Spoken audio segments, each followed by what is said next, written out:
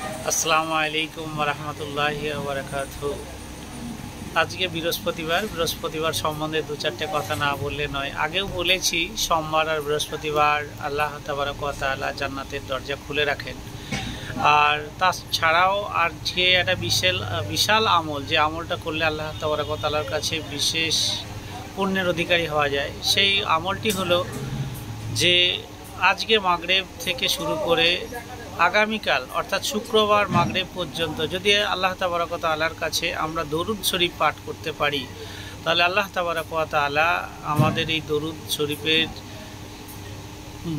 বিনিময়ে জান্নাতের একটা জায়গা তৈরি করে দেবে। তো সেই দরুদ শরীফ হয়তো আমরা অনেকে জানি, অনেকে জানি না। যারা পাঁচ ওয়াক্ত মুসল্লি তারাও হয়তো জানে, আবার অনেকে জানে না। দরুদ শরীফ হল আল্লাহুম্মা সাল্লি আলা মুহাম্মাদি ওয়া আলা আলি মুহাম্মাদ কামা সাল্লাইতা আলা ইব্রাহিম ওয়া আলা আলি ইব্রাহিম ইন্নাকা হামিদুম মাজিদ। আল্লাহুম্মা বারিক আলা মুহাম্মাদি ওয়া আলা আলি মুহাম্মাদ কামা সাল্লাইতা আলা ইব্রাহিম ওয়া আলা আলি ইব্রাহিম ইন্নাকা হামিদুম মাজিদ। যাই হোক, আজকে এই পর্যন্তই। শরীর খুব ক্লান্ত, সারারাত্রি জাগা।